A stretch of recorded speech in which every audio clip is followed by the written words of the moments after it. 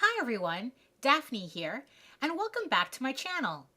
In today's video, I'm going to experiment with more digital blue lines to see if they actually make producing art easier.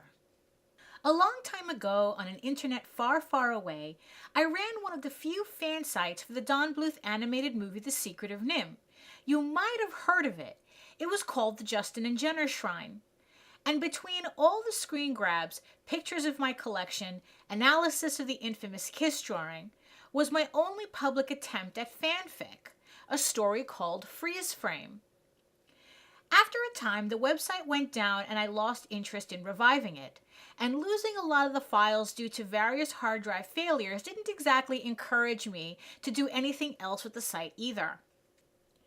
But lo and behold, the fanfic that I thought lost was found again, and I came to the conclusion that it would be fun to post the chapters on DeviantArt with some new artwork just so it wouldn't go to waste. Also, little did I know there were still fans of the original site who still wanted to see it in all its vanished glory after all this time. One of the things I found was a Photoshop file I had put together long ago in preparation for doing art for the original website I never got around to doing. It's a mock-up made up of different pieces of artwork I don't seem to have the originals to anymore, and a couple of screen grabs and clip art for placement.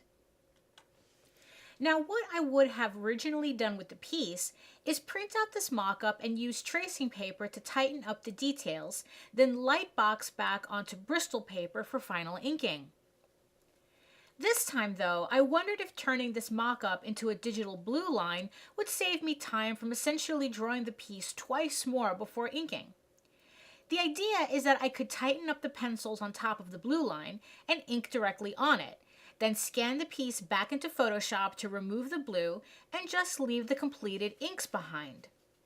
So far, all of my attempts at working over digital blue line have worked really well and saved me a tremendous amount of time.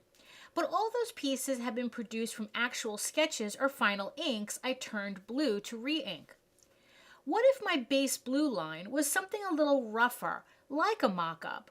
Would I still find myself redrawing everything, or would drawing on blue line make the process easier? So the first thing I did was turn the image light blue and printed out a copy onto standard 80-pound index paper, Hammermill color copy digital cover to be precise. I've seen people use this paper as a substitute for more expensive Copic inking and marker paper. I haven't tried using marker on it, but in this video I will definitely be using it with multiliners. For this piece, I will be using my mechanical pencils with blue lead and red lead for drawing in detail where needed, and for inking, I will be using Copic SP multiliners, sizes 0.3, 0.5, 0.7, and the brush nib for larger black areas. First, I start inking the characters at the bottom that were originally final inks. I'm pretty much tracing my original inks since I don't need to change them.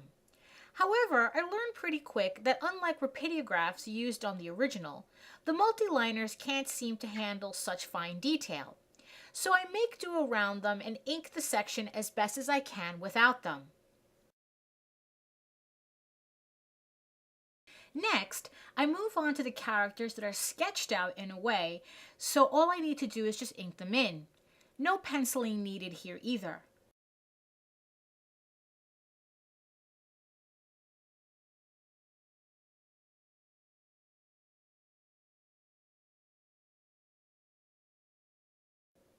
So now we move on to the next figure that was really a rough outline of what I wanted to draw.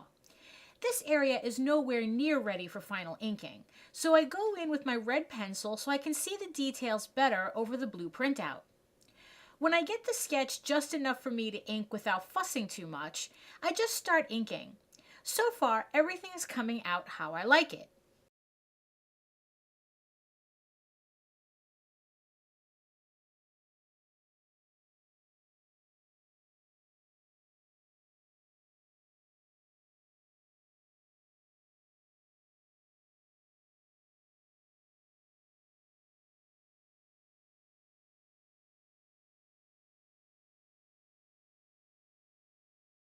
Now it gets even trickier. Now I'm working on top of a screen grab from The Secret of NIMH featuring Justin. This was meant to be a placeholder. Now the trick is to draw him over the blue line without looking like I'm tracing the screen grab.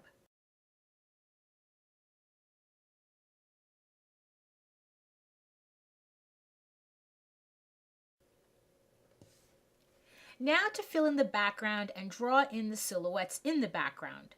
These figures I'm kind of tracing, but they were never supposed to be fully rendered with detail anyway.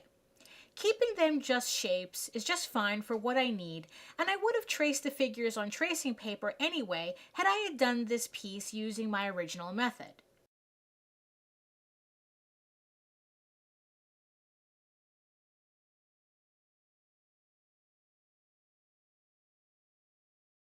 Well, that's about for the inks, and I'm really happy with the way it came out.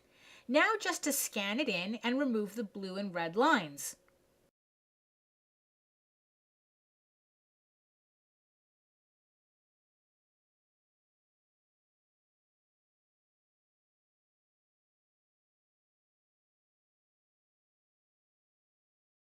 So here's the completed piece.